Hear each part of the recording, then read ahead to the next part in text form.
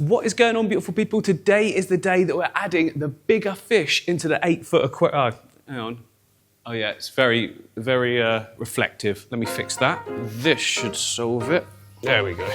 So in the last video, we gave the tank a full clean up, removed some of the rocks, added in some new plants as well, and they are doing really good.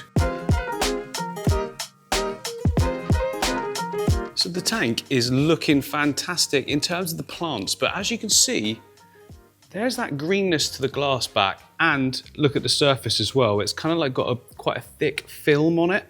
That's easy to solve with just a surface skimmer. And I don't know if you can tell, but the bristlenose look has been trying to have a go at all of the algae on the glass, the green spot. It's done a pretty good job, to be fair, but we want it all gone, don't we? So it is always a little bit of a conundrum. Not really a conundrum, but yeah. I always think, shall I use the scraper or shall I use the mag cleaner? Now, if I've left the green sort of spotted algae for too long, it's kind of like welded to the glass. And you really do, you can use both. This will take a lot longer, the mag scraper, than just the actual razor blade one. Look, in case you guys don't know. And then you replace the blades as they go a bit like funny because they can get bent and stuff over time. But like, I started off using the scraper then and noticed it's coming off so easy. So it's very awkward getting in and out with that. So I just switched over to the mag one. I'll try and leave a link as well. I don't even know what company this is, but yeah.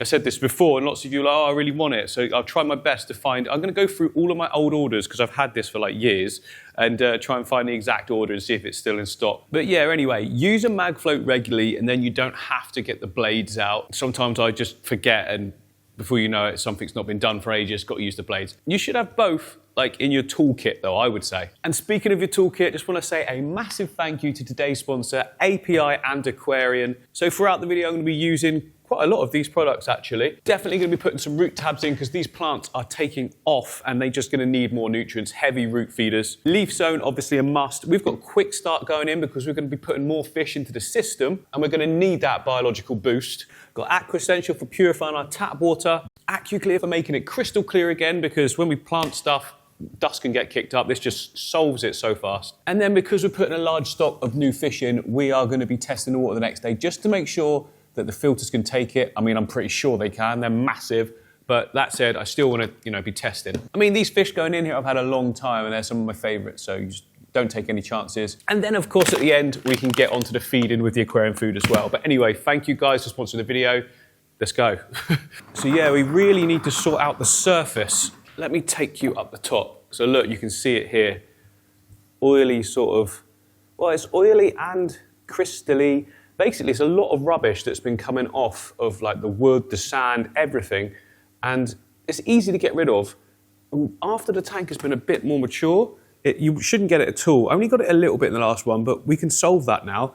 In the last tank, I did have this power head on at all times. I don't actually need it in this one. So where I've got that plug, I can actually put a surface skimmer instead. So here's the one I've got from Superfish. Very, very simple and basic. It's the one I use on all of them. I mean, how complicated does it need to be?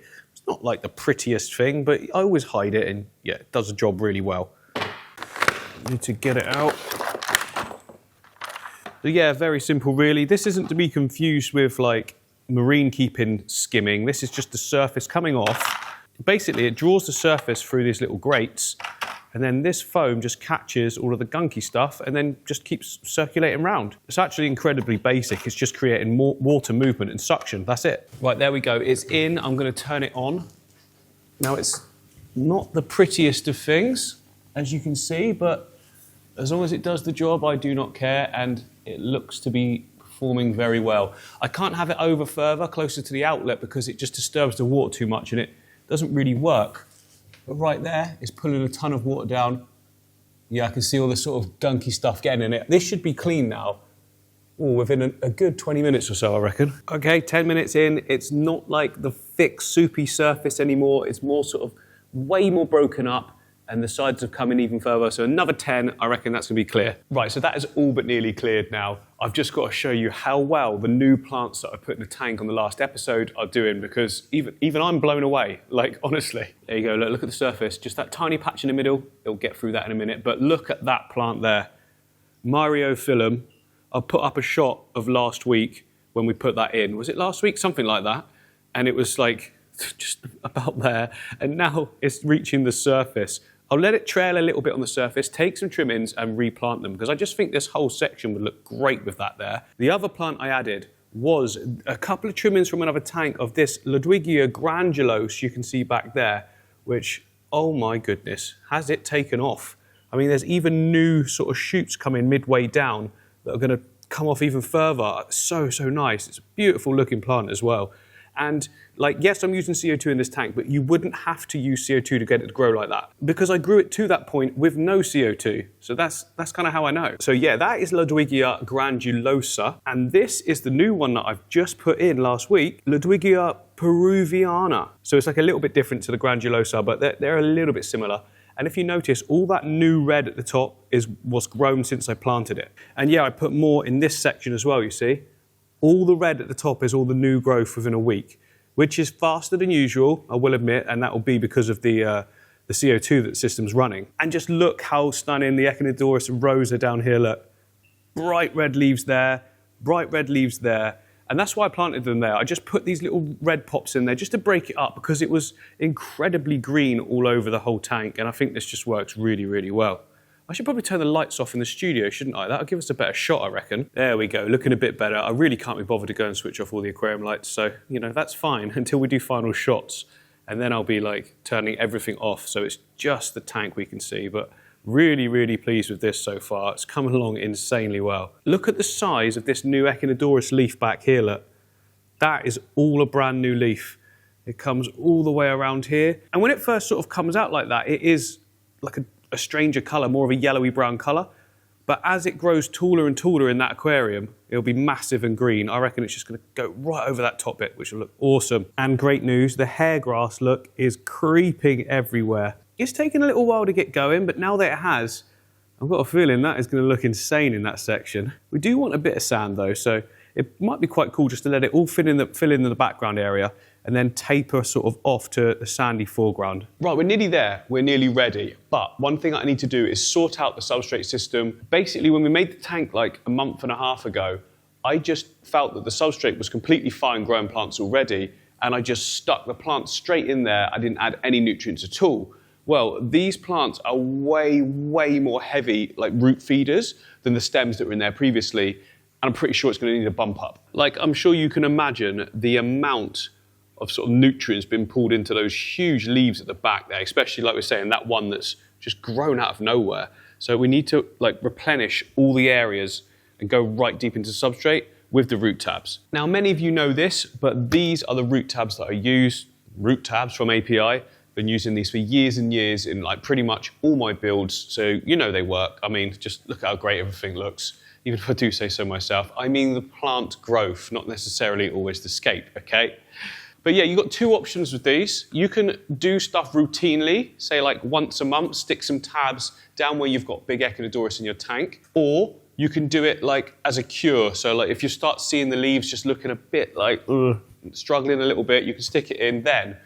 Prevention's probably way better than cure because your tank will just look better all the time rather than, oh, I've got some bad leaves, let's fix it. So yeah, once a month, just stick in a tab near your leaves. I mean, I've got loads here and all around the studio, but at home in your tank, you've probably got 3 or 4 maybe. So yeah, a pack's gonna last a long time, isn't it? Now, one of the main issues with an 8-foot tank is like getting down to it. So you need these absolute monster pincers.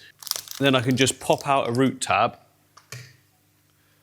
get right into that sand layer, stick it in, release, pull it out, and it should stay sunk. I'm going to try and go quite heavy on those back corner sections where the majority of the Echinodorus are. I want to be quite quick with it. Right, that's got to be right in there. And I'm trying to pull it away in such a way that it doesn't just create a hole for it to come back out. And there we go. We're in. Easy as that. And then it's just a case of carrying on doing that over the whole tank. Now it's an 8-foot tank, remember, so I'm probably going to use 2 packs. I normally tend to use 1 pack per 4 foot or 120 centimetres. This is 240 centimetres, so 2 packs. Yeah, 2 pack. And the reason I'm doing this is because I want all of these plants, any plant you can see that's in the background, hitting the surface within the next month. Okay, there we go. We've gone through a fair amount there on general maintenance and keeping everything good. I think it's important though, isn't it? Because I don't want you guys looking at this and thinking it just happens on its own. There is a little bit of work, there is a little bit of, you know, time to be put into it, but I think if you do that and you're willing to do it, say once every couple of weeks, you can have something that like looks amazing. And let's face it, it didn't look amazing at the start. Like, it took time to get good, so you have to be a little bit patient. Something that I always struggled with when I was first starting aquariums was I wanted it to look amazing within a week.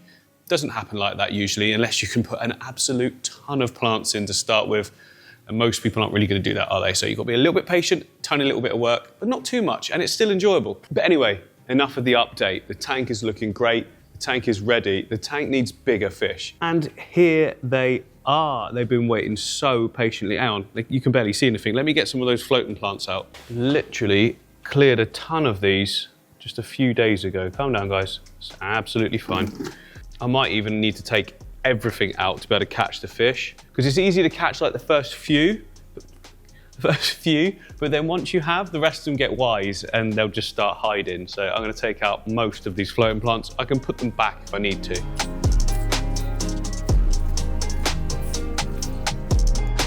Okay, I think we should start with Flagacara and the keyhole cichlids, and then save the angels all to go in together as well. There's more angels now than there were before in the tank previously, because we added all the red devils as well. Some are smaller, some are larger, but yeah, nice little group. They're all getting along. Look, there's no nipped fins anywhere. So that's great to see. But I'm just going to try and catch them all out first. I think I'm going to have to get some of these tanks down so I can separate each species as well. I think it's more fun doing it like that than just chuck it. Or should I just put them all? Yeah, I think I should just put them all in because it's less stress. That's probably the best bet. Catch them all out, put them straight in. Yeah, we'll do it a little bit at a time.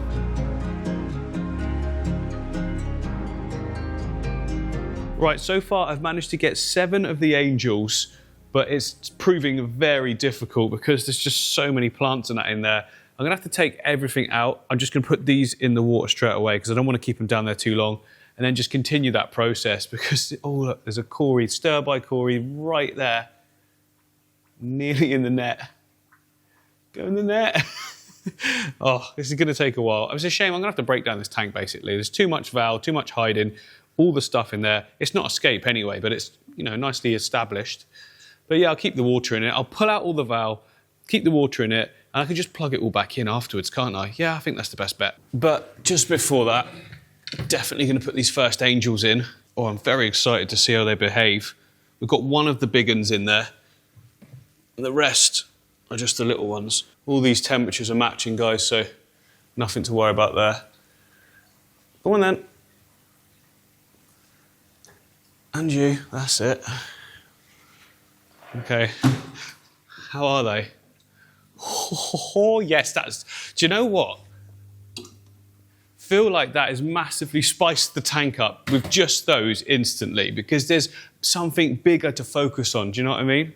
Oh, they look great. Red Devil colouring at the moment looks perfect. This one has decoloured a little bit, but as I'm filming it, I can see it's sort of, the barring's coming back, look, it's coming back. Should get comfortable very, very shortly. I know, sorry buddy, it's all very confusing, but this is way better than what you had. Look at it.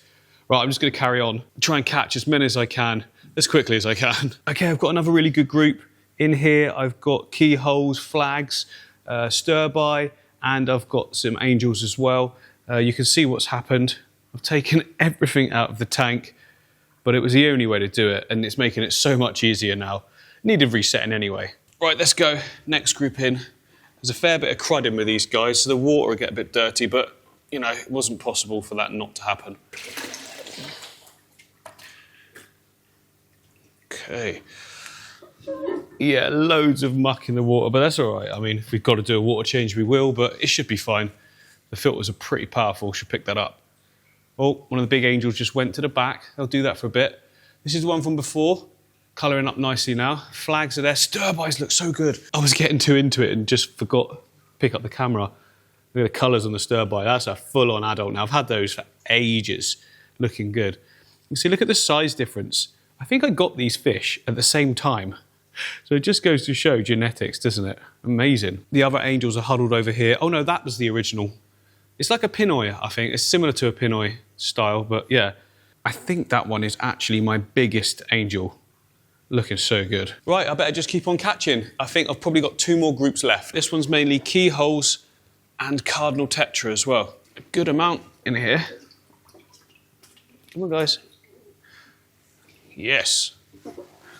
Oh. So even more nano fish. I just thought I might as well move them across because they were getting caught in the net anyway. Oh, there's the keyholes down the bottom. So for me, keyholes are some of the most shy fish. Like, look at their colour gone all weird.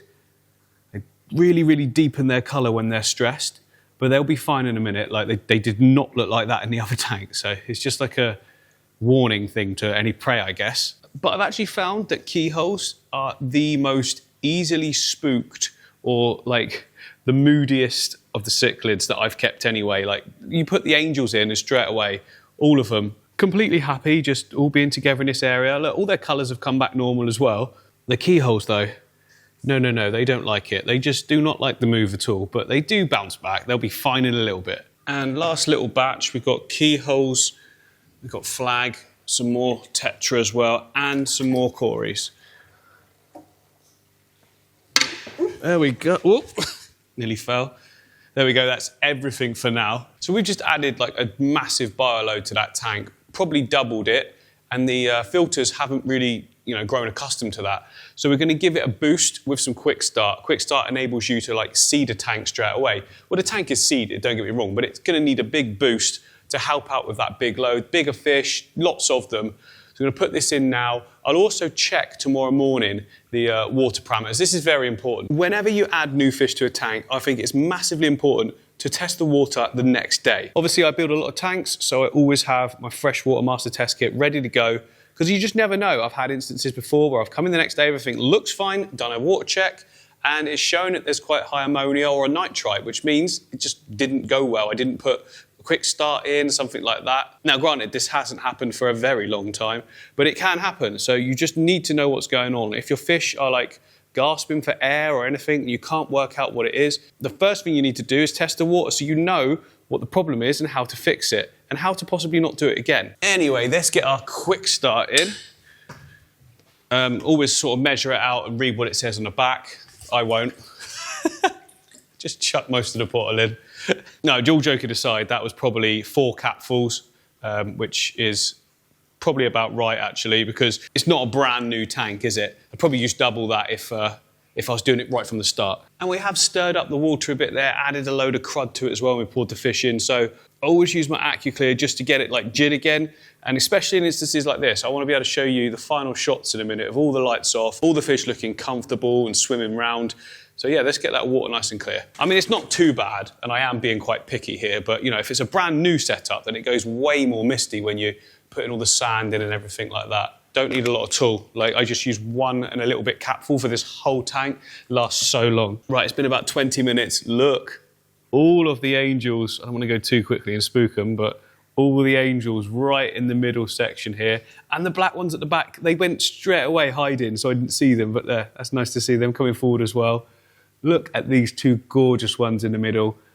And then we've got this red devil, a couple of red devils there, they're starting to catch up in size. I mean, nowhere near as good genetics, but I'm so pleased.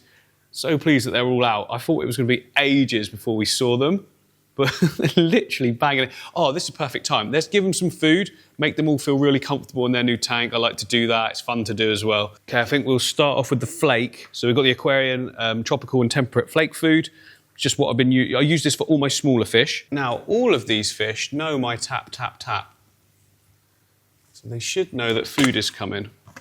Okay, so the flake's pretty good. It's like big and small, so like you just break it up on your finger. Big and small. What I mean is you can just crumble it all, just like that. There we go. So normally, the littler ones will go first, and now the angels should see it all in the water column, but they might, to be fair, be a bit too shy. I've been feeding the angels a lot of the pellet as well. Tetra going nuts. How cool does that look? It's like Skittles mode, isn't it? So nice. All right, come on then. Yeah, there we go. Starting to have a little look. Once the angels start to get a little taste for it, they will come up. Keyholes have gone completely to the back. I don't know if there's any chance of being able to see them today. It normally takes a couple of days until they get more comfortable. which is annoying because I wanted them right out. Oh, yeah, look, Angel's going to get the food. They can taste it now. Enough of it has sort of floated down. Well, to be fair, you're just staring at me. Come on. There's quite a lot on the surface, look. So as they all go for it, it comes down. Tell you what I can do is give it a little bit of a swoosh. And that'll hopefully just push some of it down. They're just taking their time. I think they're more used to the pellet now. I've been feeding the pellets a lot more to the bigger fish, and it's like they're waiting for that. I'm going to put some pellets in. So yeah, we've got the sinking pellets. So we've got loads of cories in there, and I like to just feed them for the bigger fish as well. So I use them for my Mabuna. Yeah, watch this. They go crazy for it. You ready, guys? Go, go, go, go. None touches the floor, especially on the first sprinkle. But what I do is I keep doing that amount, and then I flick some over there, so some does go down as well, because there's bottom feeder fish as well. We've got the cynodontis and stuff, but these guys just get it all before it goes anywhere. Oh, I haven't told you guys as well. Look at this. These guys are having babies. So for the first time ever, see that in there? Hopefully you can make it out. There's a teeny tiny baby, look. Well, he's not too teeny, well, he's small, but I think this is the parent. Constantly comes backwards and forwards there and sees off all the other fish. But that, I mean, if there's one, there's bound to be a lot more, right? Yeah, anyway, sorry, I thought I'd just update you on those guys. It was the other day, Kate said, did you know that there's babies in here? And I was like, what? I've never seen any babies, and I really wanted to see some. So I thought, nah, she's probably wrong. You know, it's probably like a bristle nose or something. But no, that is definitely a baby. Hopefully there's more. It'd be really cool to see some like new ones coming through. Oh, I was wrong. The flake has brought out the keyholes. And look, colouring is way, way better. So what we've got there, 1, 2, 3, 4, 5, 6. I think there's 6 there. So there's 7. I saw one at the back. I think I've only got 7. I've got 7 or 8. I can't even remember actually. But they're all in a nice group there together, so they're getting more and more comfortable. The angels are waiting for the pellet, aren't they? Look, they're looking at me, coming backwards and forwards. Nice pellet coming up, guys. Okay, so the flow's quite strong on one side, so I like to chuck it in, then let it fall. There we go, they spotted it. Brilliant. So especially the bigger fish, look, the bigger of the angel fish, they just want that pellet straight away. But they're quite good. Not only do they get it falling, they will scavenge around on the bottom as well and pick up any extra bits. So I don't really worry too much about overfeeding. They'll pick it up and it's not an issue. Tend to feed for about a minute and then just stop. All of them, look, scouring the bottom now in a line. They've probably eaten all of that what I just put in, so I'll put another sprinkle as well. Here you go, guys. I sort of chuck it into the water so that it sinks straight away.